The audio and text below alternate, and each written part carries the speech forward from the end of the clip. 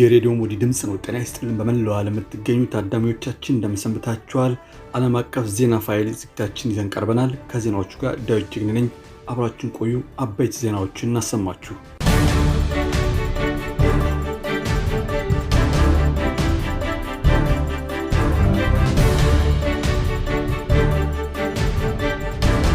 በአማራ ክልል ሰሜን ሸዋ ዞን በጎርፍ አደጋ የአንድ ቤተሰብ ሕይወት አለፈ። ከዚህም ባሻገር በአፋር ክልል 3 ቀበሌዎች የጎርፍ አደጋ ተከስቶባቸዋል ተባለ።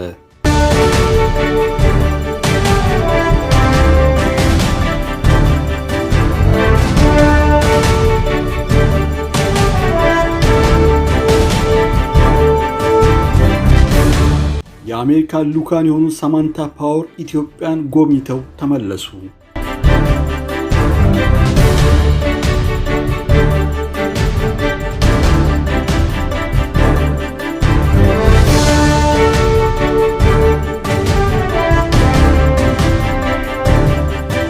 በደቡብ አፍሪካ ሁከት 215 ሰዎች ሲሞቱ ከ1.38 ሚሊዮን ዶላር በላይ ውድመት አድርሷል ተባለ።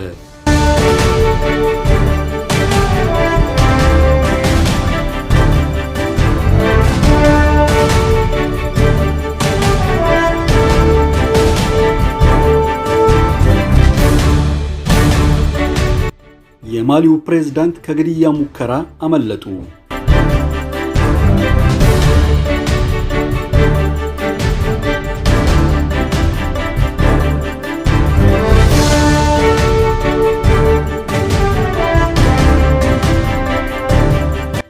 የ7 ዓመቷ ብራዚላዊት ለናሳ ባበረከተችው ግኝት በዓለም ትንሿ አስትሮኖመር ተባለች።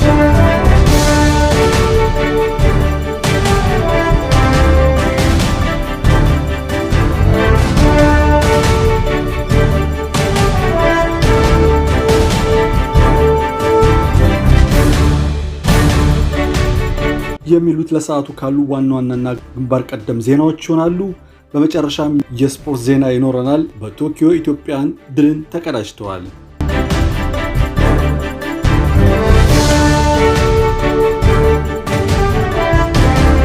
በአማራ ክልል በሰሜን ሸዋ ዞን ሞረትና ጅሩ ወረዳ በደራሽ ጎርፍ አደጋ የአንድ ቤተሰብ ሕይወት አለፈ።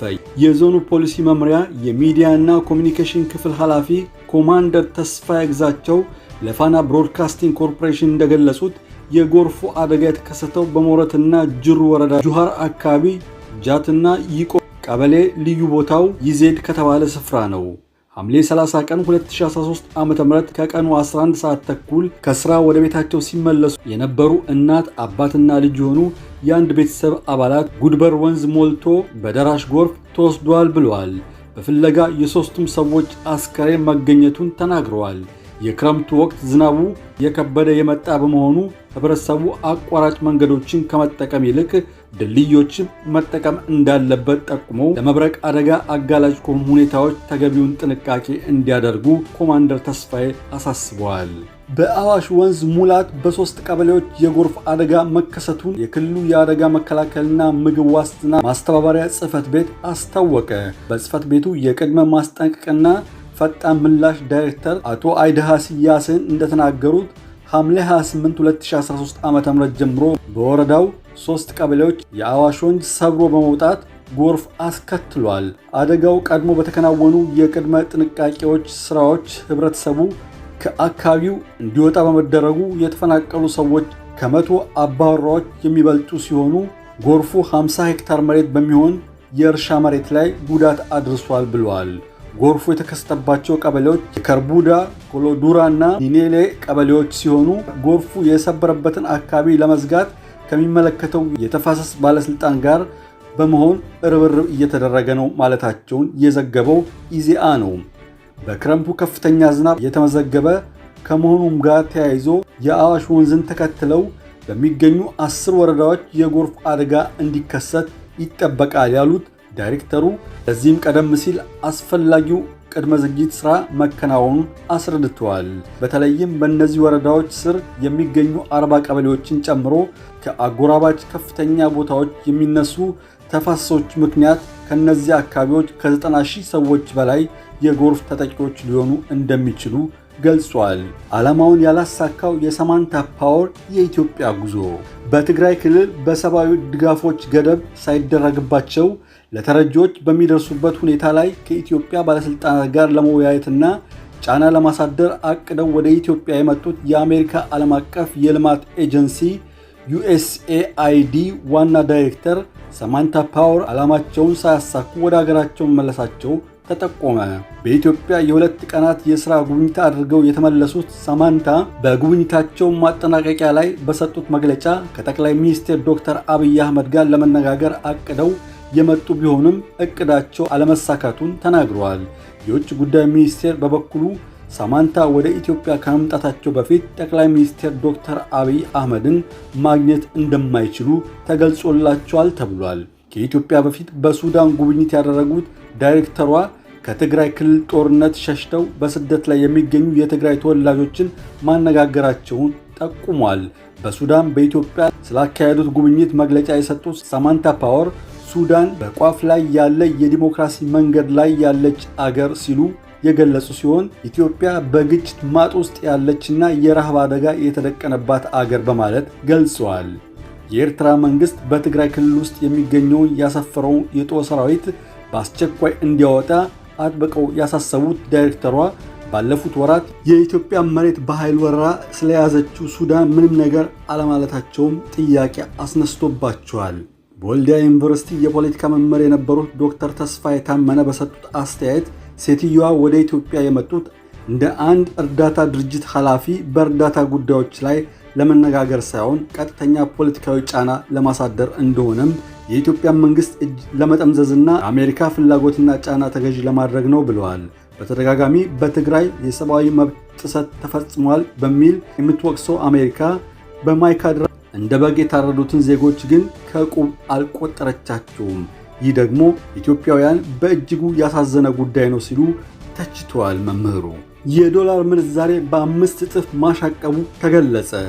የዶላር ዋጋ ከዚህ ቀደም በአገሪቱ ታይቶ በማይታወቅ ሁኔታ በከፍተኛ መጠን ጨምሯል። በያዝነው ሳምንት በባንክ 1 ዶላር የምንዛሬ ዋጋ 44 ብር ከ93 ሳንቲም የነበረ ሲሆን በጥቁር ገበያ 1 ዶላር እስከ 69 ብር በሚደርስ ዋጋ ሲመነዘር ውሏል።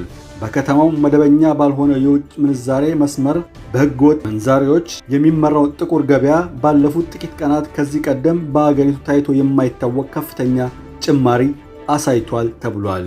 የጥቁር ገበያው የዶላር ምንዛሬ ዋጋ ከጊዜ ወደ ጊዜ እያሻቀበ እየሄደ ሲሆን በተለይም በትግራይ ክልል ከተጀመረው ህግ የማስከበር ሂደት ጋር በተያያዘ ጭማሪው በከፍተኛ መጠን በመናር ካለፈው ሳምንት ጀምሮ 1 ዶላር ከ69 ብር እስከ 71 ብር በመመንዘር ላይ እንደሚገኝ ታውቋል። የአገሪቱ የዓመታት አንገብጋቢ ችግር ሆኖ የዘለቀው የውጭ ምንዛሬ እጥረት በኢኮኖሚ ላይ ከፍተኛ ተጽዕኖ በማሳረፉ የኑሮ ውድነት ያባባሰ ሲሆን በተጨማሪ በርካታ ፋብሪካዎችና ኢንዱስትሪዎች በሙሉ አቅማቸው እንዳያመርቱ የዶላር ምንዛሬ ዋጋ በትግራይ ክልል ከተቀሰቀሰ ጦርነት ወዲህ በአገሪቱ እስካሁን ታይቶ በማይታወቅ ሁኔታ በከፍተኛ መጠን ማሻቀቡ የውጭ ምንዛሬ ዋጋውን የማናሩ ተግባር በህወሓት ታጣቂዎችና ደጋፊዎች በኩል ሊደረግ የሚችል የአገሪቱን ኢኮኖሚ የማዳከሙ ጦርነት አንዱ አካል ሊሆን እንደሚችል የምጣኔ ሀብት ባለሙያ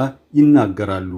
በአሁኑ ወቅት በጥቁር ገበያ መደበኛው የባንክ ገበያ መካከል ያለው ልዩነት ከ25 ብር በላይ መሆኑ አብዛኛው ሰው የጥቁር ገበያ ምንዛሬውን እንደሚመርጥ እያደረገው መሆኑን ባለሙያዎቹ ይገልጻሉ። በመደበኛው የባንክ ምንዛሬ ገበያው ላይ ቢሆን ቀላል የማይባል ማሻቀብ ታይቶበታል። በደቡብ አፍሪካ ሁከት 215 ሰዎች ሲሞቱ ከ1.38 ቢሊዮን ዶላር በላይ ወድሟል።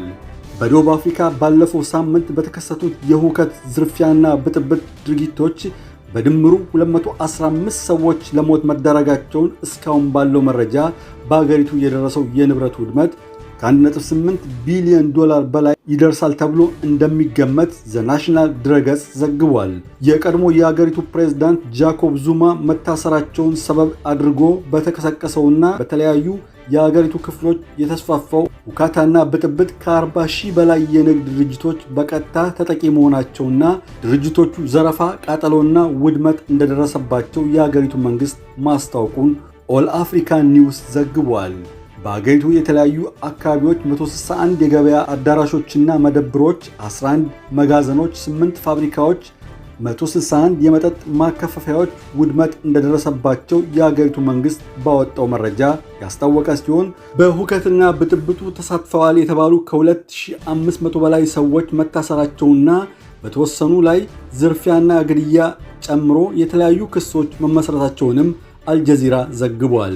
ተደራራቢ የሙስና ክሶች ተመስርቶባቸው ጉዳያቸው በፍርድ ቤት እየታየ የሚገኙ የ79 ዓመቱ ጃኮብ ዙማ የተመሰረቱባቸውን ክሶች በተመለከተ ችሎት ቀርበው ምላሻቸውን እንዲሰጡ በፍርድ ቤት ጥሪ ቢደረግላቸውም በተደጋጋሚ በእንቢተኝነት ፍርድ ቤት ሳይገኙ በመቅረታቸው የአገሪቱ ከፍተኛ የሕገ መንግሥት ፍርድ ቤት የ15 ወራት እስር ቅጣት እንደጣለባቸውና ለእስር መዳረጋቸውን የተቃወሙ ደጋፊዎች ያስነሱት ተቃውሞ ወደ ከፋ ሁከትና ብጥብጥ ማምራቱ ተገልጿል።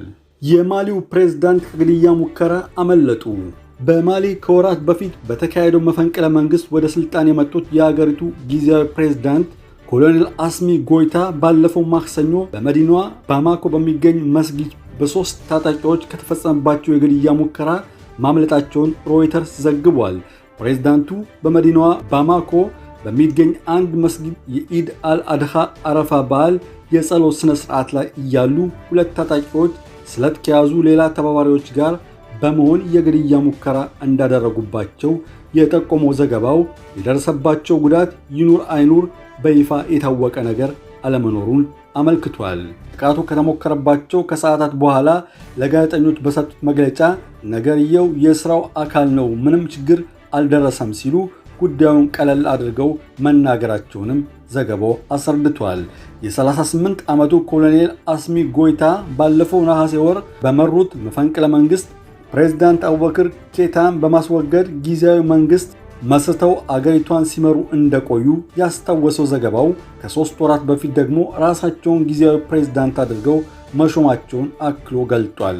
በሌላ ጊዜ ደግሞ ፕሬዝዳንት ጆቬናል ሞይስ ከሳምንታት በፊት ታጣቂዎች መኖሪያ ቤታቸው ባደረሱባቸው ጥቃት መገደላቸው ተከትሎ በባላደራ መሪ አስተዳደር የቆየችው ሃይቲ ባለፈው ማክሰኞ አሪኤል ሄነሪን ጠቅላይ ሚኒስቴርነት የሾመች ሲሆን ሄነሪ አዲሱ ካቢኔያቸውን በማስተዋወቅ እስከ ቀጣዩ ምርጫ አገሪቱን የሚያስተዳድሩ መንግስት እንደሚመሰርቱ በቃለ መሐላ ስነ ስርዓቱ ላይ ቃል ገብቷል። አገሪቱ ላለፉት 5 ዓመታት ያስተዳደሩት ፕሬዝዳንት ጆቬናል ሞይስስ የገደሉት ታጣቂዎች ማንነት አሁንም ገና በግልጽ አልታወቀም ያለው ዘገባው ፖሊስ 26 ያህል ተጠርጣሪዎችን አስሮ በመመርመር ላይ እንደሚገኝና ከነዚህም መካከል 15ቱ የቀድሞ የኮሎምቢያ ጦር አባላት፣ 3ቱ ደግሞ ሃይቲና አሜሪካውያን መሆናቸውን ገልጧል። የ7 ዓመቷ ብራዚላዊት ለናሳ ባበረከተችው ግኝት ለዓለም ትንሿ አስትሮኖመር ተባለች። ብራዚላዊቷ የ7 ዓመት ታዳጊ ኒኮል አሊቬራ በቅርቡ ከባልደረቦቿ ጋር በጥምረት ባደረገችው ምርምር 7 አዳዲስ አስትሮይዶችን ማግኘቷና በዚህም በዓለማችን የአስትሮኖሚ ወይም ስነ ከዋክብት ምርምር ታሪክ በለጋ ዕድሜ በሙያ አዲስ ግኝት ያበረከተች ቀዳማዊ አስትሮኖመር ተብላ መሸለሟን ቴክ ታይምስ ድረገጽ አስነብቧል። ኦሊቬራ በአሜሪካው የጠፈር ምርምር ማዕከል ናሳ እና ኢንተርናሽናል አስትሮኖሚካል ሰርች ኮላቦሬሽን በተባለው ዓለም አቀፍ ተቋም በተከናወነው አስትሮይድ ሃንት ሲቲዝን ሳይንስ የተሰኘ የምርምር ፕሮግራም ተሳታፊ በመሆን 7 አዳዲስ አስትሮይዶችን ማግኘቷን የጠቆመው ዘገባው በዚህ ውጤታማ ስራዎች የዓለማችን ትንሿ አስትሮኖመር የሚል ዕውቅና ከተቋማቱ ልታገኝ መብቃቷን ገልጧል። ታዳጊዋ ለጠፈርና ለስነ ከዋክብት ልዩ ፍቅርና ፍላጎት ያድርባት የጀመረው ገና የ2 ዓመት ሕፃን ሳለች እንደነበር ያስታወሰው ዘገባው እድሜዋ ከፍ እያለ ሲመጣ ወደ ሙያው የበለጠ መሳቧንና በራሷ ጥረት ከፍተኛ ዕውቀት ለማካበት መቻሏን እንዲሁም በ6 ዓመት ዕድሜዋ አላጎአስ የተባለው የብራዚል የአስትሮኖሚ ጥናት ማዕከል አባል ሆና የበለጠ ዕውቀት መገብየቷንና በከፍተኛ ውጤት ማለፏን ተከትሎም በትምህርት ቤቶች እየተጋበዘች ትምህርት መስጠት እንደጀመረች ገልጧል። የብራዚል የሳይንስ ቴክኖሎጂና ኢኖቬሽን ሚኒስቴር ባለፈው ወር ባካሄደው የመጀመሪያ ዓለም አቀፍ የአስትሮኖሚና ኤሮናቲክስ ሴሚናርም ብራዚላዊቷን በመጋበዝ ትምህርታዊ ማብራሪያ እንድትሰጥ ማድረጉን የጠቆመው ዘገባው በቅርቡም አስትሮይድ ሃንት ሲቲዝን ሳይንስ ፕሮግራም ተሳታፊ በመሆን 7 አዳዲስ አስትሮይዶችን ማግኘቷና በዚህም በዕድሜ ለጋዋ የዓለማችን አስትሮኖመር ለመባል መብቃቷን አመልክቷል። ታዳጊዋ ኦሊቬራ የኮሮና ወረርሽኝ ተከትሎ የራሷን የዩቲዩብ ቻናል በመክፈት በስነ ከዋክብት ዙሪያ ከሙያ አጋሮቿ ጋር ገለጻ መስጠት መጀመሯንም ዘገባው አስነብቧል። በመጨረሻም ወደ ስፖርት ዜና እናልፋለን።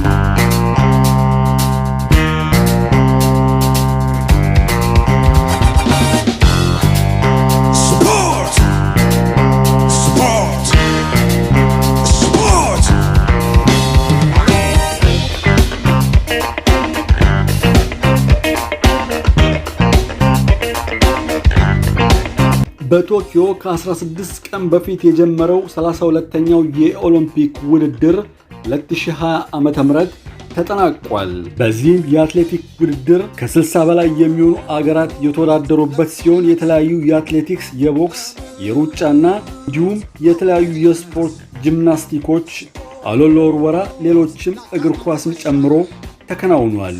በዚህም ኢትዮጵያ በአትሌቲክስ ባደረገችው ውድድር በወንዶች የ3000 ሜትር የመሰናክል ሩጫ ሶስተኛ የወጣው ለሜቻ ግርማ የነሐስ ሜዳሊያ ለማግኘት ተችሏል።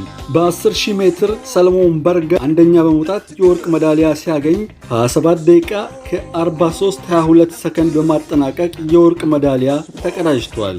በ5000 ሜትር የሴቶች ሩጫ ትውልደ ኢትዮጵያዊት እስራኤላዊቷ ሰላማዊት አየልኝ 10ኛ በመሆን ስታጠናቀቅ ጉደፍ ጸጋዬ 3ኛ በመሆን የነሐስ ሜዳሊያ ስታገኝ ስቴፈን ሐሰን 14 ነጥብ ከ36.79 ባዶ ሰከንድ በማሸነፍ የመጀመሪያ ሆና የወርቅ ሜዳሊያ አግኝታለች።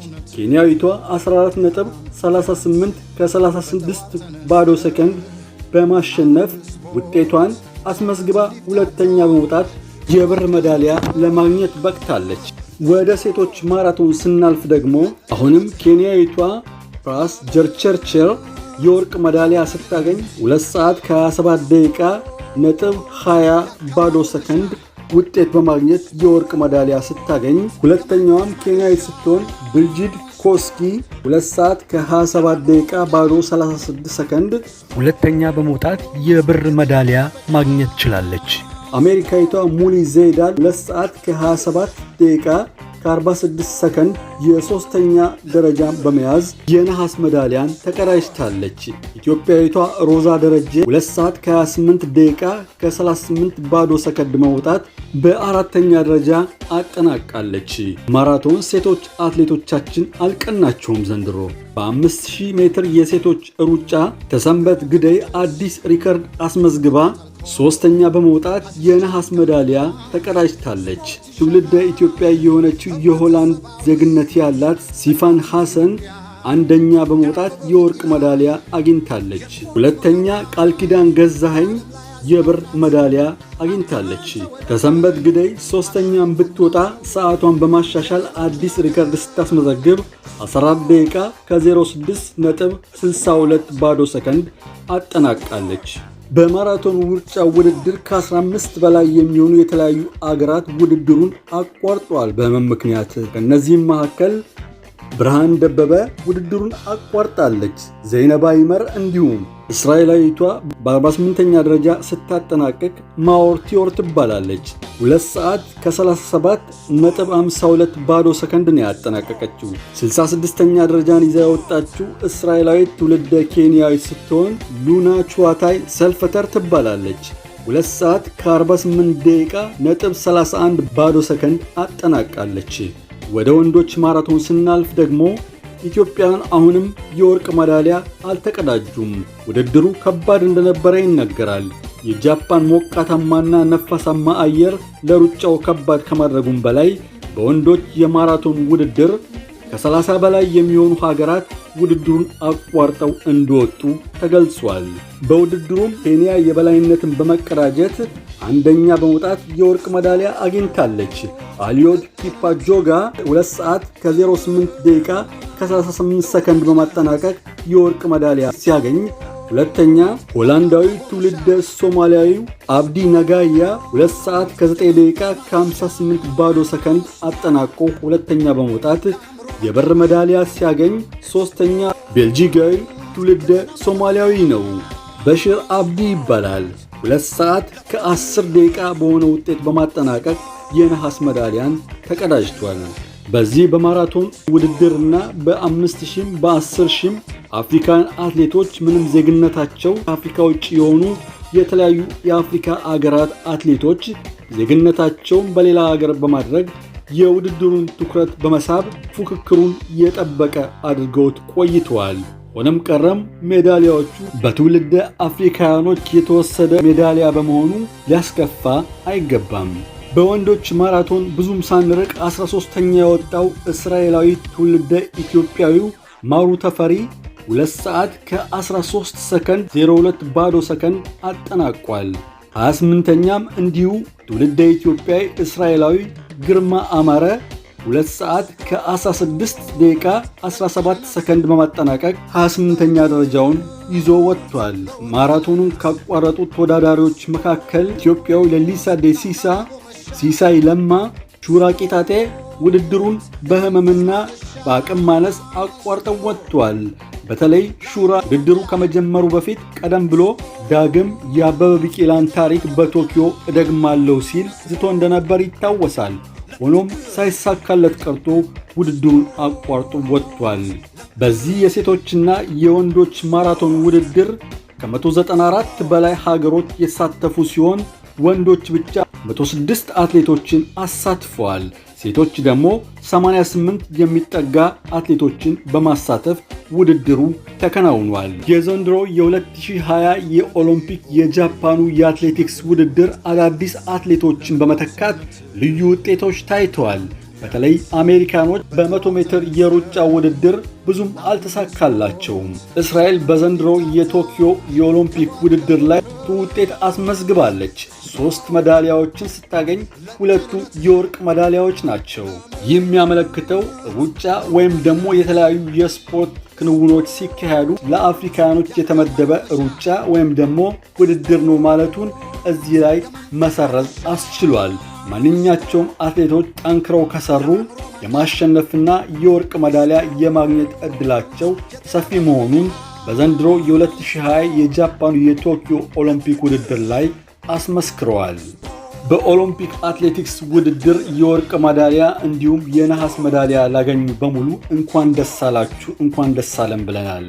የ2020 የቶኪዮ የኦሎምፒክ ውድድር ኦገስት 8 2021 ዓ.ም ተጠናቋል። አትሌቶች ወደ የሀገራቸው እየተመለሱ ነው። ጃፓን በጥሩ ሁኔታ የቶኪዮን ኦሎምፒክ በማስተናገድ ጥሩ እይታን አስመዝግባለች። በመጪው 2024 የኦሎምፒክ ውድድር በፈረንሳይ ፓሪስ ከተማ እንደሚከናወን ከወዲሁ ተገልጿል። ክቡራትና ክቡራን የሬዲዮ ሞዲ ታዳሚዎቻችን ለዕለቱ ያቀረብኩላችሁ ሰፋ ያለ ዜና በዚህ ይፈጸማል። ሳምንት በተመሳሳይ ሁኔታ እስክንገናኝ ድረስ ከዜናዎቹ ጋር አብሬያችሁ የቆየሁት ዳዊት ጅግና ነኝ። መልካም ጊዜ በያላችሁበት ጤና ይስጥልኝ።